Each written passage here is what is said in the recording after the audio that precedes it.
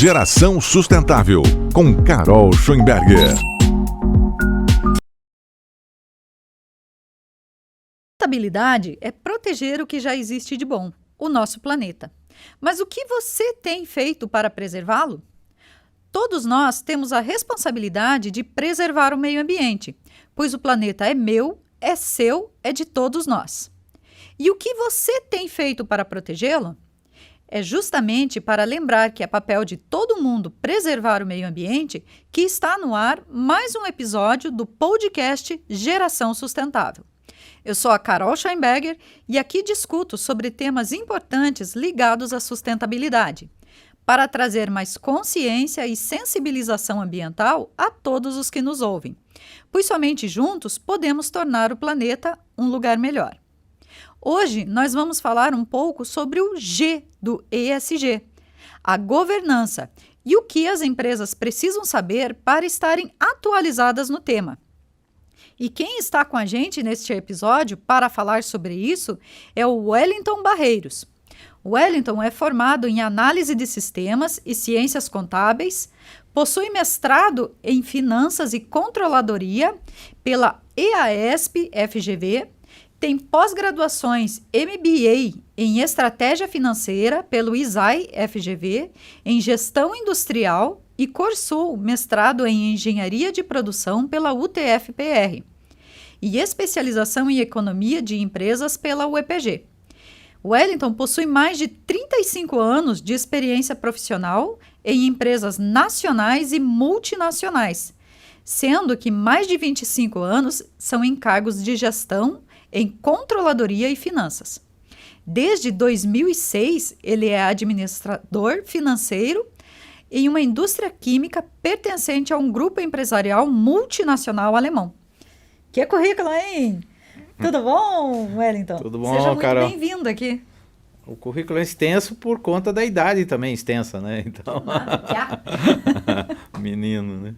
Então, Wellington, mas antes da gente começar a conversar, entrar no assunto da governança, queria que você falasse um pouquinho sobre você, né? Tua trajetória, tua carreira, o que levou você a chegar até onde você está hoje. Vamos conversar um pouquinho? Vamos sim. Então, muito tempo atrás, né? Eu comecei minha carreira profissional como técnico em processamento de dados. Eu fiz o ensino médio técnico e desde então já comecei a trabalhar, né, na área chamada de TI, mas na época era processamento de dados, depois migrou para informática. E era uma carreira que resolvi me desenvolver. Aí fiz a faculdade na área de análise de sistemas, quando nem existia uma regulamentação específica em análise de sistemas. Também fiz ciências contábeis. Foi aqui na UEPG? Não, em São Paulo, então não contei, né? Assim, família de São Paulo, na verdade é uma família retirante nordestina, né? Meus pais são baianos, eu também sou baiano, né?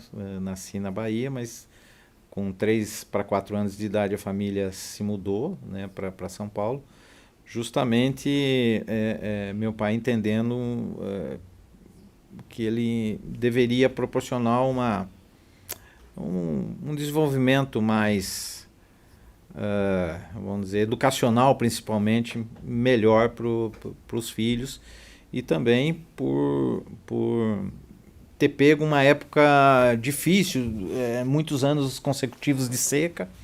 Então isso também, ele era pequeno produtor rural, então... Moravam no interior. Na fazenda, né? Na verdade a família toda vivia, e muitos tios ainda vivem, de produção rural. É lógico que a produção rural hoje nada a ver com a produção rural de 50 anos atrás, né? Não tem essa comparação. E aí já tinha alguns tios que já moravam em São Paulo, né?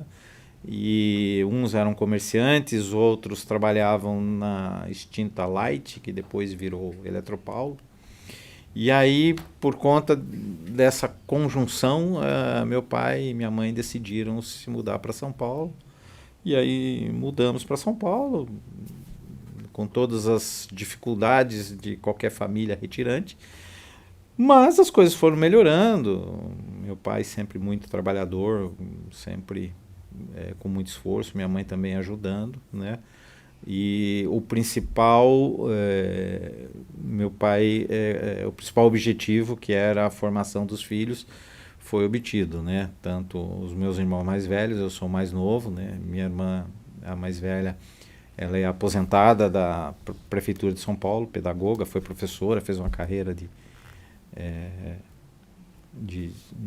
no serviço público de educação final. Também trabalhou no começo no comércio. Meu irmão também é da área contábil, fez uma carreira contábil clássica, né, de auxiliar contábil. Na verdade, a gente começava como office boy, né? Office boy, depois... Aí ia crescendo, né? Ia crescendo, aí, contador, analista, controller, fez também uma carreira executiva em grandes empresas, McDonald's, IBM. Que bacana. Ele fez. Aí hoje ele é empreendedor, ele tem uma franqueadora de alimentos, né? Food service, de lanchonetes lá em São Paulo. Na verdade, tem unidades franqueadas por 7 estados. E eu fui uma carreira também, primeiro na área de tecnologia, processamento de dados, também uma carreira clássica, né? Digitador, operador, programador, analista. Fiz a faculdade e trabalhei muito tempo como analista de suporte, analista de sistemas, numa empresa que fornecia sistemas IRP, nem tinha esse nome na época, para concessionárias Volkswagen, Massey e Ferguson e também administradoras de consórcio. Cheguei até, depois vim para Ponta Grossa em 94, isso tudo em São Paulo.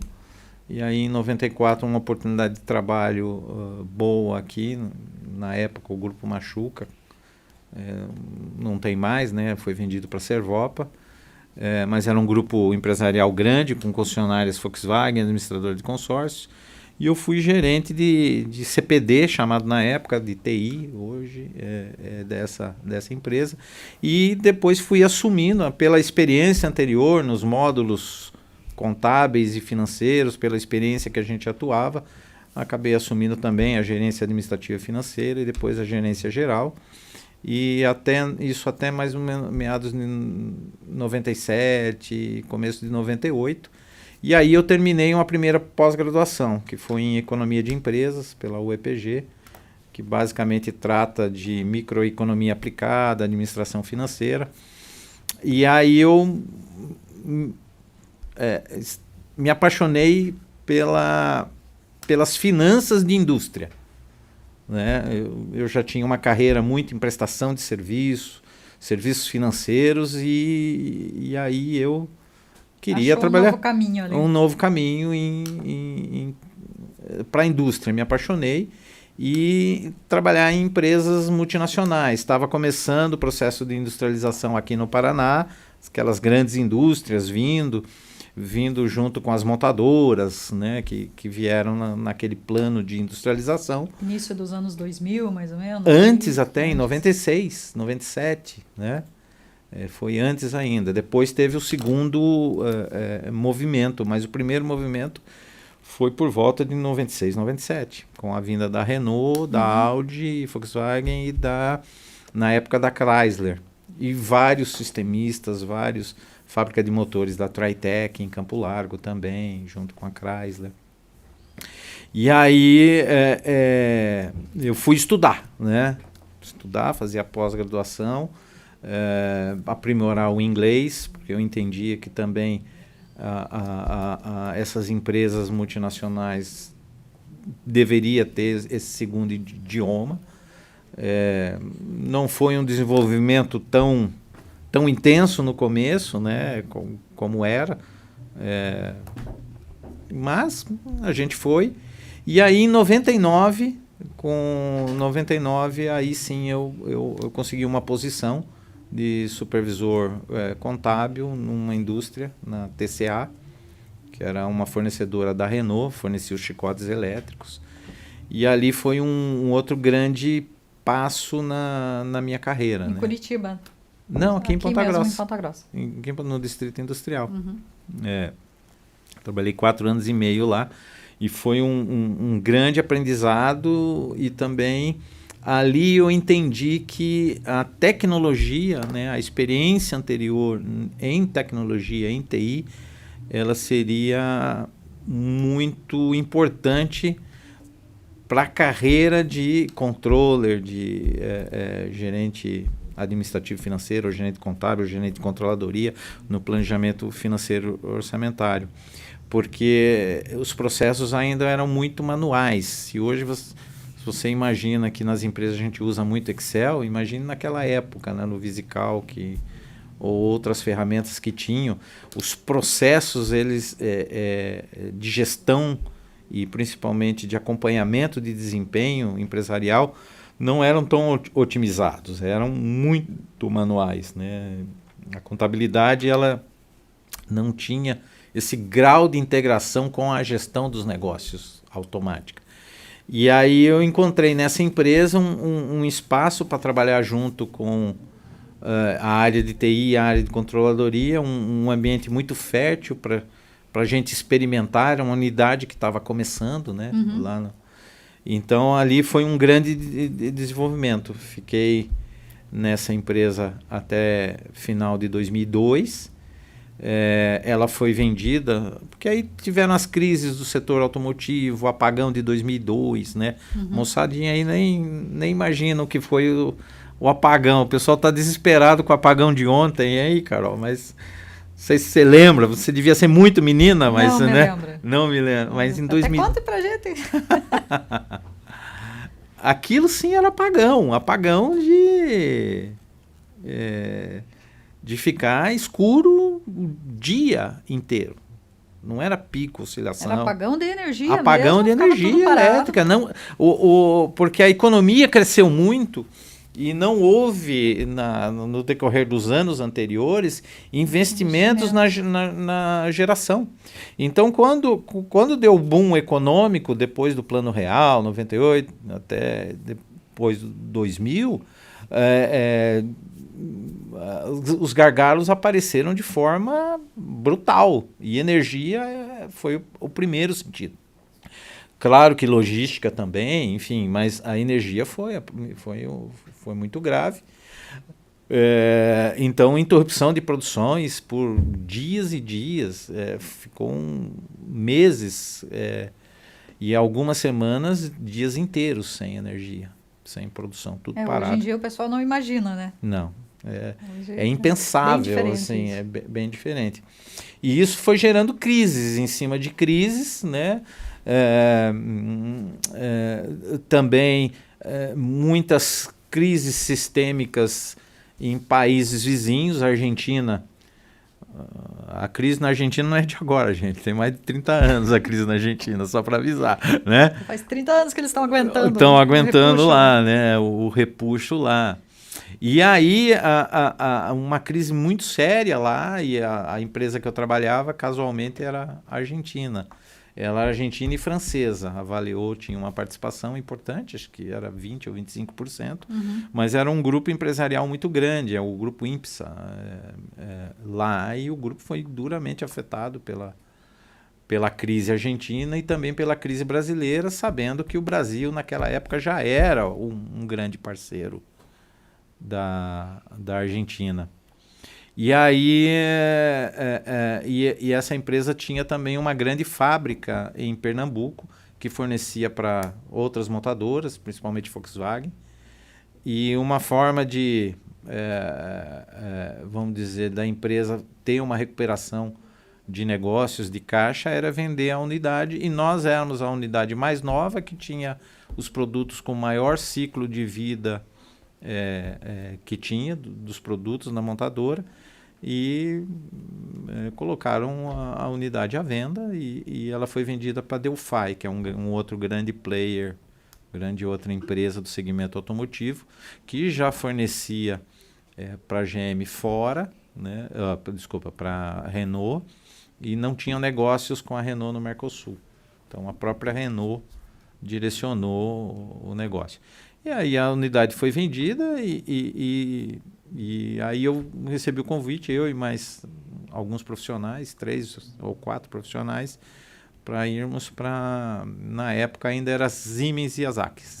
Era Siemens, depois virou SUI, Siemens e Yazaki, e depois finalmente a transição final para Yazaki. Mas na época ainda era Siemens em Irati, que era também fornecedora da Renault, e já estavam desenhando uma joint venture e depois a venda para a Yazaki, que é o maior fornecedor de sistema de distribuição elétrica do mundo para montadoras. E eles teriam uma ampliação muito grande na fábrica de Irati, como ocorreu. Sair de 200 para 1.200 funcionários em 4 meses. Nossa, foi grande mesmo. Foi. Não, se contratava de 50 em 50 pessoas, assim, Olha. todo dia. Né? Foi uma evolução grande. Isso foi no final de 2002 e início de 2003. E aí, nessa grande expansão, tive a satisfação de ser convidado a assumir toda a área de controladoria da planta. Olha que bacana. Em 2003. E aí... Um desafio grande, né? Super Porque ela grande. estava na fase de expansão e você já assumindo um cargo o pessoal, na parte de controladoria. Exatamente. E aí já estava começando a transição também para a Yazaki. Então a gente tinha todos os processos Siemens, mas a gente já tinha que começar também as transições para a Yazaki, né, no processo. Então a gente tinha, em algumas vezes, até um duplo comando ali. Aí a Yazaki, a gestão passou para o México, então a gente reportava para o México e ainda reportava por 6 meses para Siemens na São Paulo, depois para a Alemanha, na verdade para a Alemanha, né? E aí a Yazaki comprou essa divisão das Siemens no mundo todo, 6 fábricas, 4 na Europa e 2 no Brasil, que era de Irati e Feira de Santana, que fornecia para a Ford. E 4 na Europa, em Moldávia, uns países assim meio diferentes, uma em Portugal, porque é uma questão de valor de mão de obra, né? Então, como a fabricação do chicote elétrico ainda usa muita mão de obra intensa, não tem maquinário que otimize a montagem. Sim, alguns processos são bem automatizados, são bem robotizados, mas a montagem final não tem. E ainda é assim até hoje, inclusive com os carros elétricos, não tem. Depende do trabalho manual. Exatamente, as configurações. Então, normalmente, as fábricas de chicote elétrico estão em lugares que o valor por hora de mão de obra é um valor mais baixo, mais competitivo. Então, por exemplo, não é à toa que a FCA, a fábrica Fiat Chrysler Automóveis, está em Goiânia, em Pernambuco, no interior de Pernambuco. E as fornecedoras principais dessas montadoras no Brasil estão em lugares como esse, Sergipe, uma cidade chamada Bonito. Estratégicos, né? Exatamente. E no mundo é assim, as fornecedoras europeias estão no Marrocos, na Turquia, estão no leste europeu, estavam até o início dos anos 2000, final dos anos 90 em Portugal. Aí já migraram para esses outros lugares que existe uma boa mão de obra treinada, mas ainda não saturada em termos de valor, de acréscimo, né? Então tem mão de obra boa, né? De pessoal mais instruído, mas que não. E os fornecedores americanos e canadenses estão no México, na Nicarágua, na Guatemala, acho que América tem Central. Ali, América né? Central, Também exatamente. Então, por conta disso. Então, e aí, com a transição final para a Yazaki fez uma reformulação estratégica e os controllers das plantas, das fábricas, essa posição ia deixar de existir. As fábricas não iam ter mais uma estrutura robusta de gestão, elas iriam ser centralizadas em São Paulo, no escritório da presidência. E eu também tive a satisfação de ser convidado para assumir a gerência corporativa em São Paulo de planejamento financeiro e orçamentário. As 4 fábricas no Brasil, 2 sendo construídas adicionalmente, e na segunda etapa Mercosul, com uma da Argentina e uma do Uruguai. Que bacana. Isso em 2005, aí fiquei em 2006. Aí por questões familiares eu decidi voltar para o Paraná. Voltando um pouquinho no tempo, em 2004 eu fiquei viúvo, e aí minha família toda de São Paulo, meu pai não estava bem, na verdade veio até falecer em 2006, então ali no finalzinho de... Uma época difícil, hein? Ali no segundo semestre de 2005, eu senti que poderia estar mais perto do meu pai no final de 2005, mas eu tive muita dificuldade de levar minha filha, porque o ritmo de São Paulo é outro. Todo mundo... criar filha em Ponta Grossa é um pouco menos complicado, digamos assim, em termos de logística, de distâncias. São Paulo todo mundo sai para trabalhar cedo, volta de noite. Mas eu fui para São Paulo com uma expectativa, e fiquei lá. E aí uma soma de fatores foi me desanimando, né? Além dessa questão da dificuldade de logística de levar minha filha, que na época tinha por volta de 9 para 10 anos. Era bem criança. Mas já ia entrar numa fase complexa de pré-adolescência, né? E com dificuldade de rede de apoio, né? Porque minha mãe não tinha muito tempo, a mobilidade dela não era tão assim facilitada, né? Morava longe, né? As tias também, todas trabalhavam, davam expediente. E aqui tinha outra avó que tinha uma mobilidade mais facilitada, tinha tia, tinha vizinho, tinha... Aqui em Ponta Grossa... Eram favoráveis, né? Eram condições, bem mais né? favoráveis, Mais mas, né? E aí acabou que no começo de 2006 meu pai faleceu, pouco tempo que ele tinha, afinal, a gente teve, e no início de 2006 tivemos os episódios do PCC, né? Daquela facção criminosa, que parou trem, parou metrô, parou ônibus, fechavam ruas, né? E eu tive que dormir no escritório, né? Nossa.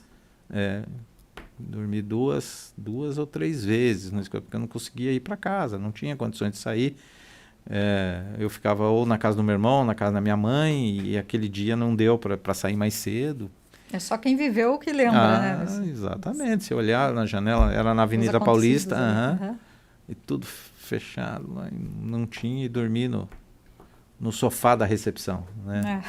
Era o que tinha. Era o que tinha e tal, né? Aí no dia seguinte, comprar ali uma muda de roupa, alguma coisa para trocar, né? Então aquilo me contrariou demais, assim, em termos de qualidade de vida, né? Aí eu falei, não, vou voltar para o Paraná. Estava muito bem profissionalmente, inclusive a empresa insistiu, fez até um esforço adicional em termos econômicos, de facilidade. Um pouquinho antes eu já tinha manifestado, tanto é que eu, naquela época, 2006, fazia um pouquinho de home office, imagina, não tinha nem esse nome. Que eu ia até perguntar, na época não tinha home nada, office, não tinha, né? e a conexão também não era facilitada como hoje, né? Para você ter reuniões remotas, você precisava ter aqueles equipamentos gigantes de videoconferência, alugar canal de satélite. Não tinha uma internet e aplicativos. Em dois cliques ali você abre a reunião. Abre o celular, se for o caso, né? Na época não tinha essas ferramentas. As ferramentas que tinha não eram, né? Remota. Aí tinha a sala da videoconferência, né? Quer dizer, nós vamos ter uma videoconferência. Aí você tinha que se deslocar para o lugar. Quantas vezes foi isso? Eu estava em São Paulo, eu tinha que me deslocar até lá. Não tinha o Rodrigo, né? Para colocar as câmeras aqui. Criar os links, né? E tal, né? Mas mesmo assim a empresa me concedeu. Então eu trabalhava 1 ou 2 dias por semana, voltava antes. Mas assim, não era suficiente para resolver a angústia, digamos assim, da qualidade de vida, de sair, de chegar em casa às 8h30 da noite, 8 horas da noite, ficar 2 horas no trânsito. Só para finalizar agora, né? Tinha um fato até interessante que o meu irmão e minha cunhada, né? Eles tinham 3 carros, por causa do rodízio, né? Então, cada um tem um e tinha mais um para eles se alternarem no tal do rodízio, né? E todos os carros, você vê, era 2005, 2004, antes disso, todos com já multimídia com televisão digital, né? Então eu falei assim, nossa, esse trem aí vale mais do que o carro, é o preço do carro, não sei o que e tal. Não, isso aqui em São Paulo você precisa disso aqui. Pra Você precisa aguentar o disso aqui. tempo. Aí ele só falava que precisa disso, né? Aí eu não tinha me dado conta. E aí um dia no almoço de família, minha cunhada contando, elas estavam falando de novela da Sete. E rindo e contando novela da Sete, e minha cunhada... Aí eu perguntei assim, mas que horas que você assiste novela? Né? Coisa... Eu assisto no carro. Hã? É verdade. Olha que eu tô parada no trânsito. Dá para assistir a novela, o jornal, às vezes eu pego o finalzinho do das 6 e o das 7 assisto no carro. Então, Ninguém assim, merece, né? Pois é, imagina. Que Então, complicado assim, isso. é super complicado. Então, essa foi... e aí, na época, a Pillwinner tinha sido recém-vendida para o Grupo Wurth, alemão, e estava num processo de reestruturação, de modelagem organizacional, né, no modelo diretor-geral e diretor administrativo financeiro, ou CEO, CFO, e aí casou os interesses, né, de retornar para o Paraná, né, numa posição, vamos dizer, de acordo com a minha experiência, e ao mesmo tempo a empresa necessitando de um modelo organizacional de reportes para a matriz, que alguém com essa experiência. Mas mesmo assim, foi um ganho em termos de qualidade de vida, mas teve que haver um certo desprendimento em termos econômicos, né? Então, uma readequação. Uma nova adaptação ali. Então, assim, era uma posição com status de diretor, gerente corporativo Brasil, e já assumi no Mercosul, de planejamento financeiro orçamentário. Na época, uma organização acho que só no Brasil era algo como 400 milhões de dólares por ano de orçamento de venda. Seria o quê? 2 bilhões, né? Então, por uma unidade pequena, né? 4 mil funcionários para nem 100 funcionários na época, um faturamento 10% talvez do que se tinha na época, né? Então, realmente foi mas assim, foi um retorno, a alegria de viver, digamos qualidade assim. de vida, né? De qualidade de vida, assim, né? Embora amo São Paulo, minha família está toda lá, volto sempre que posso, mas quem experimentou as facilidades de cidades médias no interior, realmente é difícil abrir mão, assim, desse processo. E aí eu estruturei todo o modelo organizacional de acordo com o que a matriz imaginava, estruturei a equipe, contratação de pessoas e principalmente desenho de processos, porque empresas familiares um pouco menores, os processos estão na cabeça das pessoas, funcionam, tem vantagens por conta da agilidade, por causa da velocidade decisória, né, que você tem, mas o dono não está mais presente, o dono está do outro lado do oceano, né?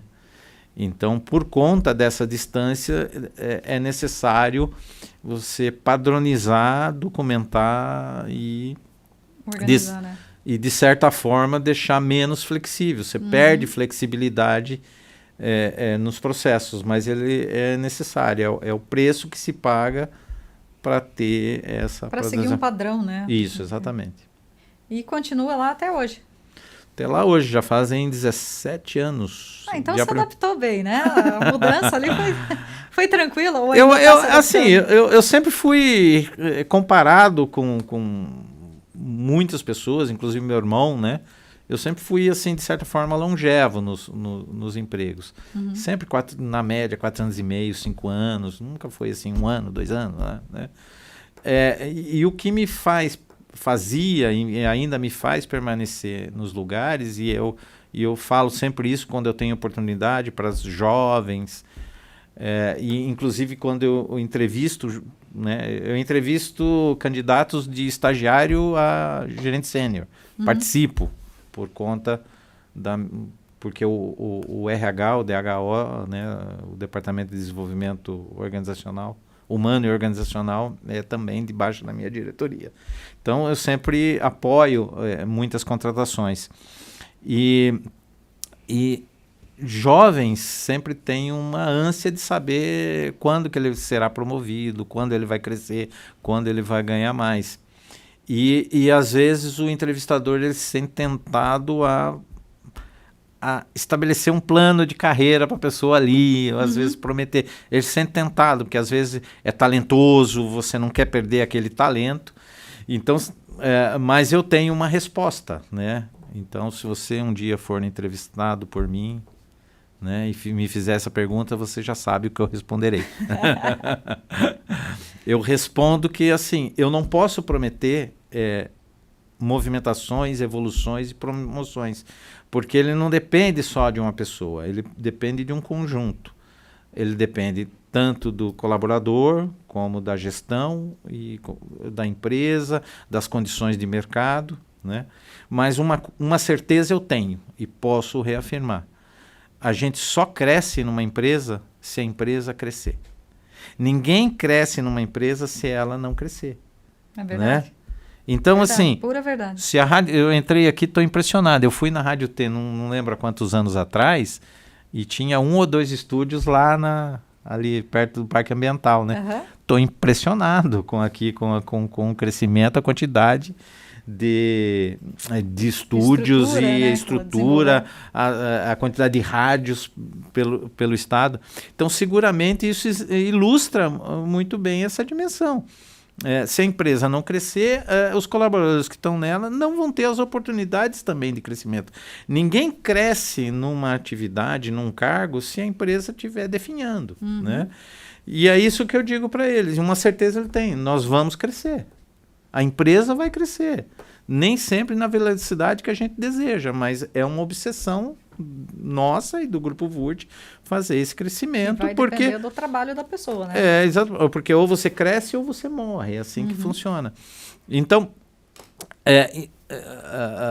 então assim, o que me faz ser longevo, digamos assim, é essa certeza de que a empresa, há 1 ou 2 anos atrás, não é a mesma empresa no lado positivo de hoje, e eu tenho a certeza que não será a mesma daqui a uns anos. Então, a gente continua crescendo, a gente continua ampliando a base de produtos e negócios, recebendo mais atribuições, mais responsabilidades.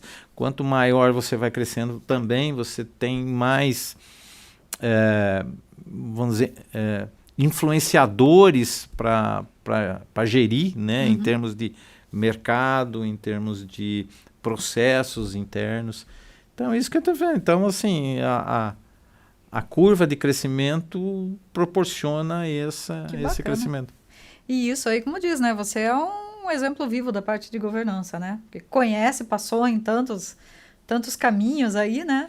E você já começou a falar um pouquinho também dessa questão de governança, né?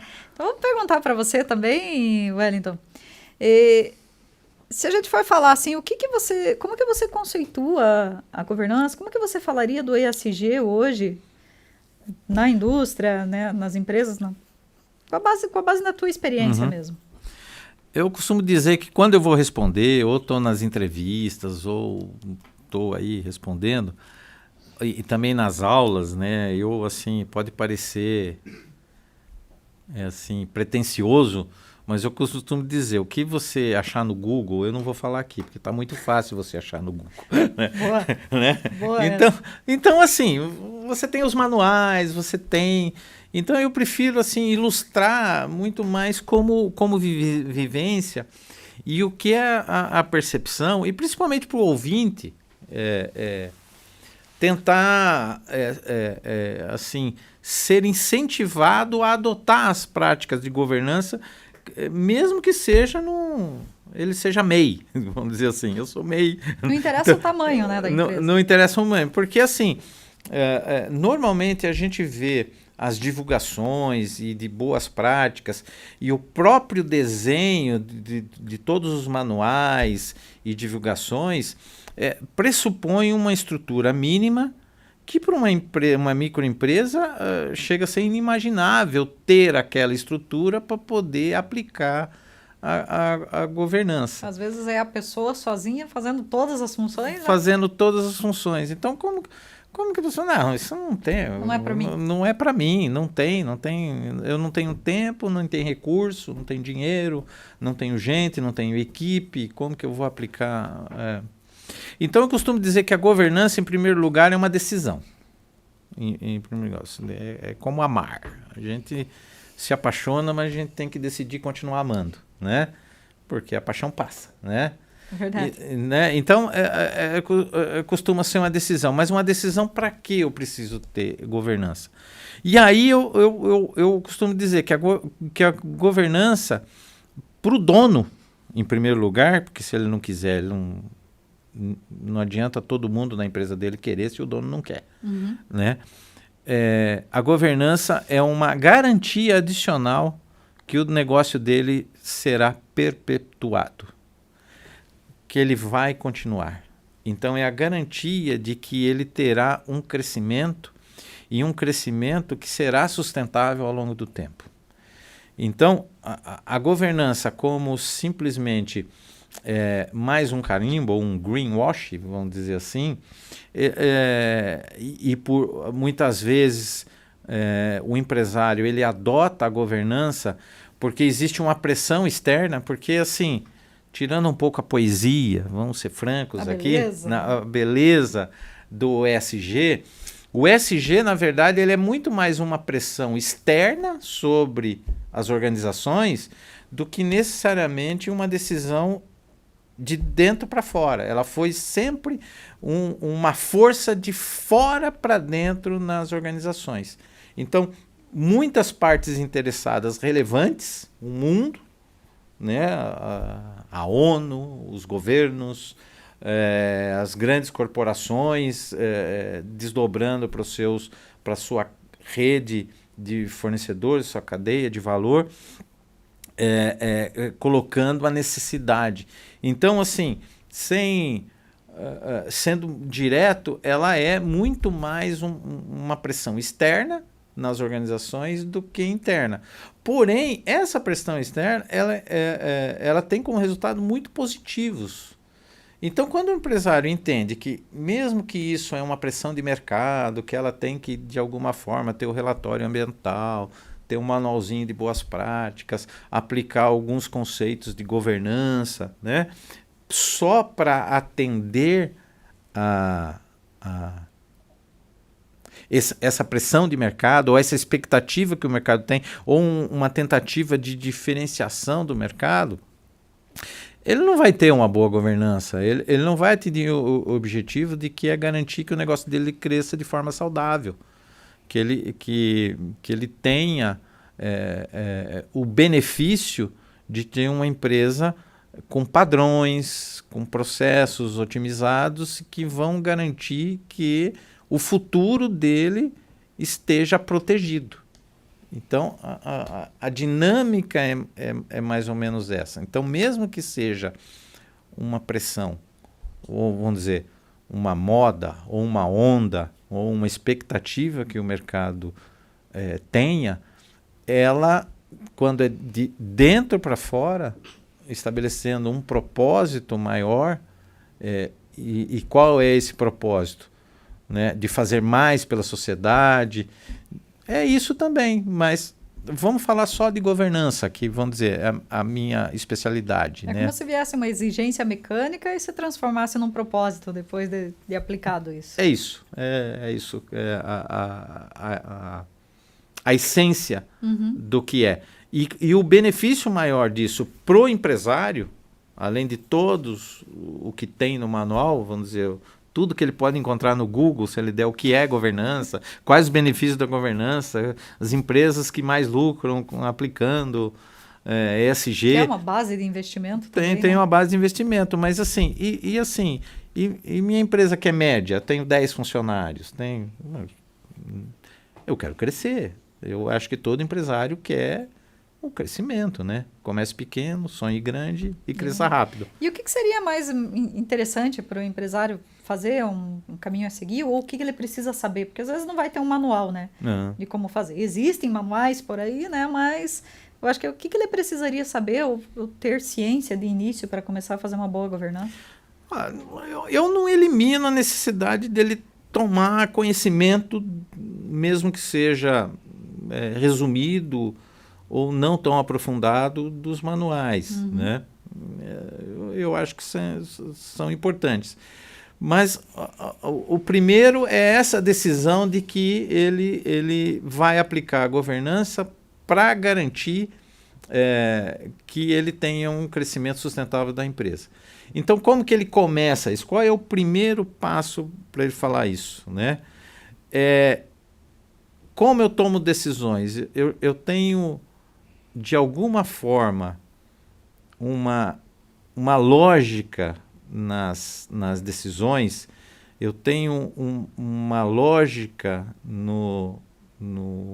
para estabelecer processos. E de onde vem essa lógica? Ela vem da integridade da ética.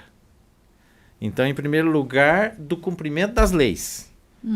Então, se você tem uma empresa que não cumpre a lei, então a gente não precisa nem avançar na coisa. Não, então, em primeiro lugar... Para por aí já. Para por aí, né? Se você não tem alvará, se o teu corpo de bombeiro está vencido, você não chama, né? Então, todos os requisitos, né, básicos e legais, você tem que cumprir, né? Não dá para ter governança, compliance, se você minimamente está ilegal em algum aspecto. Né? E eu digo ilegal não no sentido assim de se você teu negócio é ilícito, não é isso. Eu vendo droga, então aí, né? Não é nem nesse nível. Fala assim, puxa, mas essa licença é cara, eu não tenho dinheiro para fazer, puxa, deixa para lá. Se o fiscal vier, aí a gente regulariza, né? Se eu não registro funcionário porque é caro, é muito encargo, né? E não dá, né? Enfim, então esses requisitos legais é o primeiro passo, né? Para você avançar. O segundo passo tem as questões de ética, né? Como São Paulo falou, né? São Paulo o apóstolo, não o clube, né? né? Falou lá para os moradores de Corinto, né? Ele fala, todas as coisas me são lícitas, mas nem todas edificam, ou nem todas me são éticas, né? Então, assim, você também tem que estabelecer quais são os padrões éticos, né? Não está fora da lei, mas ela tem que ter um padrão ético do processo. Aí cada pessoa tem... É lógico que a gente tem padrões mínimos que a sociedade estabelece para a ética, né? E depois você tem que avançar no que você entende. Um exemplo para ilustrar isso é a questão de brindes e presentes, tanto para dar como para oferecer. Brindes, por exemplo, tem empresas que têm isso mais flexível. Tem empresas que isso já é mais delicado. Mas qual que é a problemática do brinde e presente? Vou dar um exemplo. Por exemplo, na cultura, a problemática, vamos dar um exemplo que está em voga, né? As joias, os brindes aos presidentes, né? Tá dando uma polêmica nesse processo, né? Porque não está claro, né? Não estou aqui validando o que o ex-presidente fez e a turma dele. Está errado no processo. Mas alguns países deram e não estavam achando errado. Milhares de dólares, presentes caríssimos, de luxo. E isso é mais comum do que você pode imaginar, inclusive no mundo dos negócios. Por exemplo, no Oriente, é comum, após o fechamento do negócio, uma empresa presentear o decisor com um presente. Tem um caso conhecido, né, que aí eu não vou citar os nomes, né, mas foi na Ásia Pacífico, um caso de trens, né, de metrô, de uma empresa chinesa com a empresa local. E foi fechado, milhões de dólares no fechamento. E a empresa que ganhou lá a licitação presenteou a esposa do CEO que comprou os trens com um carro de luxo, que eu não me lembro se era uma Porsche Cayenne ou uma Bentley, não sei, era um Presente para a esposa. Para a esposa e para ele também, deve ter dado alguma coisa, né? E como ele não recebeu, ele, é da esposa, não teve problema. Mas pelo código de ética daquela empresa, que era europeia, mesmo que legalmente naquela região, era absolutamente normal. Mesma coisa no Brasil. Você pagar um almoço, dar um cruzeiro, né? Necessariamente não se constitui um crime. Mas se você não, na sua empresa, esclarecer o que pode e o que não pode, às vezes até estabelecendo o valor do que pode, né, pode soar antiético no processo. Então você tem que... Porque bom senso é como cabelo, né? Eu costumo dizer assim, cada um tem o seu. Uns é mais comprido, outros é mais curto, uns não tem, outros é enrolado, né, encaracolado, outros é confuso, né? Então o bom senso é que nem cabelo, não dá para você estabelecer, isso fica no bom senso, não pode. Então algumas definições têm que ser claras, mesmo que seja legalmente permitidas e culturalmente aceitas. Lá na Ásia Pacífico é culturalmente aceito a entrega e o aceite de presentes. Na empresa que eu trabalho, só para citar um exemplo, a gente teve 3 funcionários que foram visitar um operador logístico lá em São Paulo. E a gente tinha que decidir, era um bid, né? Eles visitaram outros e foram visitar um para ver se tinha adequação. E deu a hora do almoço e aí o operador logístico convidou para ir almoçar, vamos lá. Foram na churrascaria, rodízio, comeram e tal. Na hora de pagar, os nossos funcionários, foi um gerente junto, não, a nossa parte a gente paga. Não, Deus, vocês são meus convidados, são não sei o quê. Nós não podemos aceitar. Nós temos que pagar o nosso. Por quê? Porque no nosso código de conduta... no nosso... Não, eu aceito almoço. Quem quiser me pagar almoço pode me chamar, né? Não tem problema. Não é negócio. Exatamente. Mas qual que é o grande problema? Você tinha uma decisão de negócio a ser tomada, ou não. Então, quando você tem decisões diretas de fechamento de negócio, nenhuma brinde ou promoção deve ser aceita para vincular aquela coisa. No fim, exatamente. Então, assim, eles de todo mundo que eles pagaram, visitaram os 3 operadores jurídicos para verificar, eles não puderam aceitar, porque eles já estão treinados. Nem o almoço, modelo. Né? Se você for ver, é uma coisa pequena, né? Coisa pequena. Agora, se ele estava em São Paulo, deixa eu visitar, o negócio já estava fechado, como às vezes acontece, né? Final de ano, né? Ninguém está fechando negócio com nada, não, pelo nosso relacionamento. Vem, ou manda uma cesta, a gente manda também. Mesma coisa o inverso. O nosso comercial também, ele não pode oferecer brindes. Quando você tem um fechamento de negócio. Isso é um cliente já fechado e tudo mais. Então assim, ele tem que estabelecer qual é algumas regras. E qual que é o grande problema? Normalmente o dono, às vezes é impensável para ele perder essa autonomia, essa liberdade de decisão que não tem. Então isso às vezes também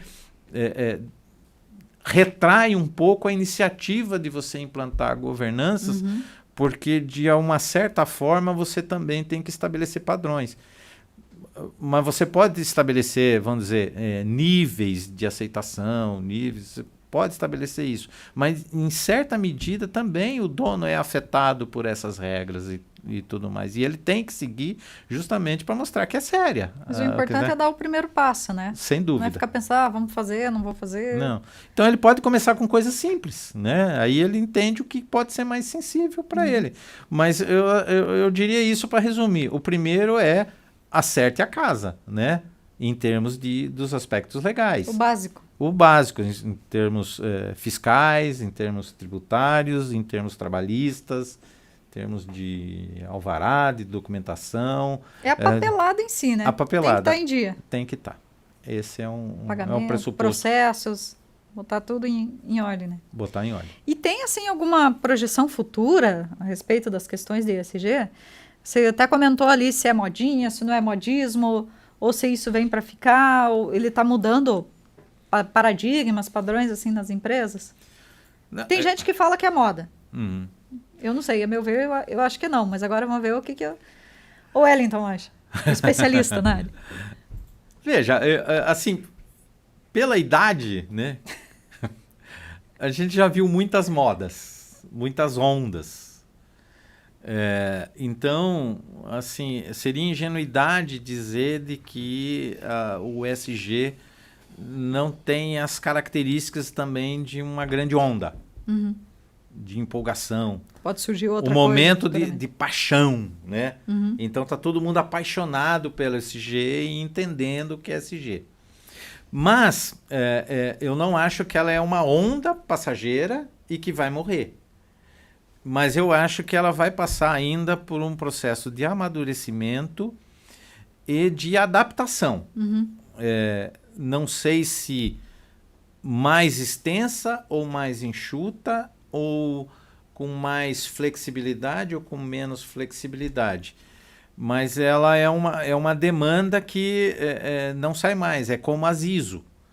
Ninguém fala tanto mais nas certificações ISO 9000 e 14000, mas elas passaram por adaptações, né? E elas estão aí, e quem tem entende qual é o valor que ela tem. Mas ela já foi muito mais celebrada, né? Muito mais enaltecida, tida como a salvação dos negócios. Quem não tinha ISO... É verdade. Né? Não tinha. Não tinha, não ia sobreviver, não ia... Muita gente sobreviveu e sobrevive até hoje sem a ISO. Mas usa conceitos e aplicação. De certa forma, a ISO moldou práticas empresariais. Isso não dá para dizer, mesmo que não tenha certificação.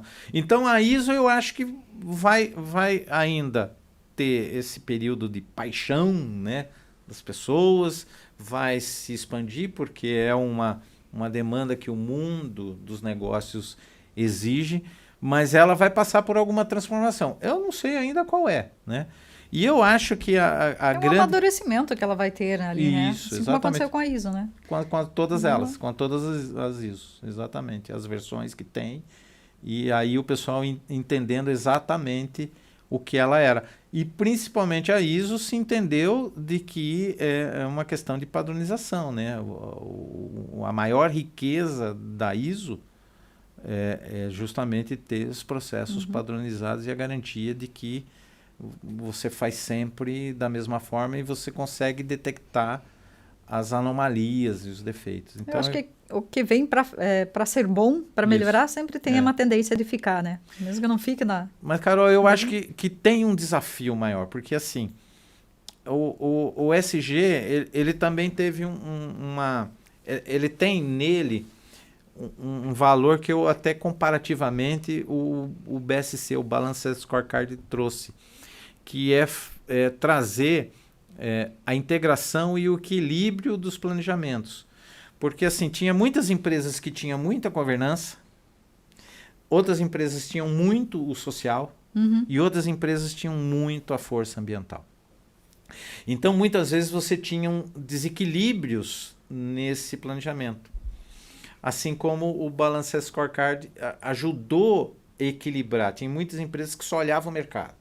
Outras empresas, o mercado comercial, digamos assim. Outras empresas só ficavam olhando o valor de mercado na bolsa. Leia-se Americanas, né? E tá, uma pressão, né?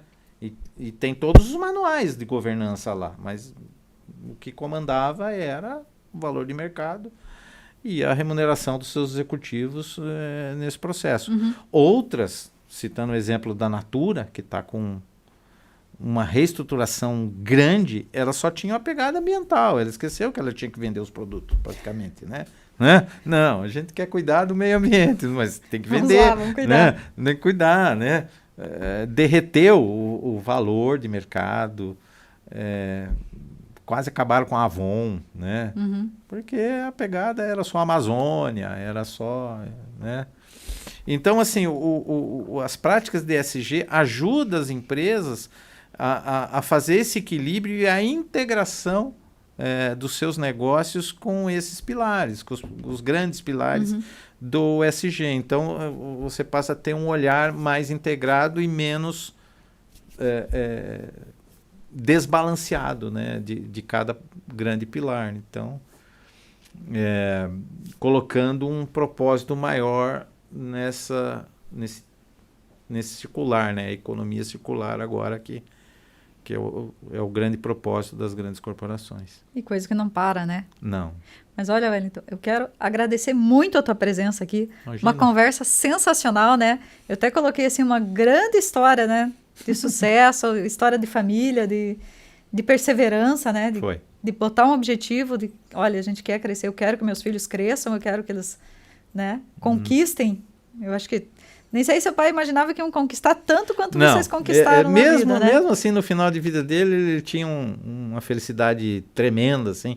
Orgulho que um orgulho, e eu me lembro muito bem, uma das maiores felicidades dele era nas nossas formaturas. A grande alegria dele de encomendar um monte de convite, aqueles convitão, né? Pai, mas por que gastar dinheiro? Porque ele tinha um monte de irmão pros avós, ele mandava para todo mundo assim. Então, realmente foi um objetivo alcançado aí na vida dele. Com muito sucesso, viu? Graças a Deus. Todos de parabéns. Obrigado. Adorei conhecer a tua história e, como eu digo, sempre as portas vão estar abertas aqui. Uma dessa aparece uma nova conversa, a gente te chama. Ah, sim. Vamos lá. Obrigado, Carol. Obrigada mesmo. E a dica de hoje é o site do Instituto Brasileiro de Governança Corporativa, o IBGC. O site dele é o ibgc.org.br. O Instituto é a maior referência no Brasil e uma das principais no mundo em governança corporativa. Seu objetivo é gerar e disseminar conhecimento em governança corporativa e influenciar os mais diversos agentes na adoção das melhores práticas, contribuindo para o desempenho sustentável das organizações e, consequentemente, para uma sociedade melhor. Vale a pena uma visitinha nesse site. Os podcasts de sustentabilidade são uma excelente maneira de aprender sobre práticas ecológicas, descobrir soluções para problemas ambientais e se inspirar para agir em prol do planeta. Com convidados especialistas no assunto, que oferecem insights valiosos sobre como viver de forma mais sustentável, as conversas podem ser extremamente inspiradoras e motivadoras para quem deseja fazer a diferença no mundo. Proteger o meio ambiente é nossa obrigação diária e cada um deve fazer a sua parte. Com estas dicas, termino este episódio. Espero que você tenha gostado e até a próxima semana. E não esqueçam de seguir a gente nas redes sociais da Rádio T. Até mais, pessoal!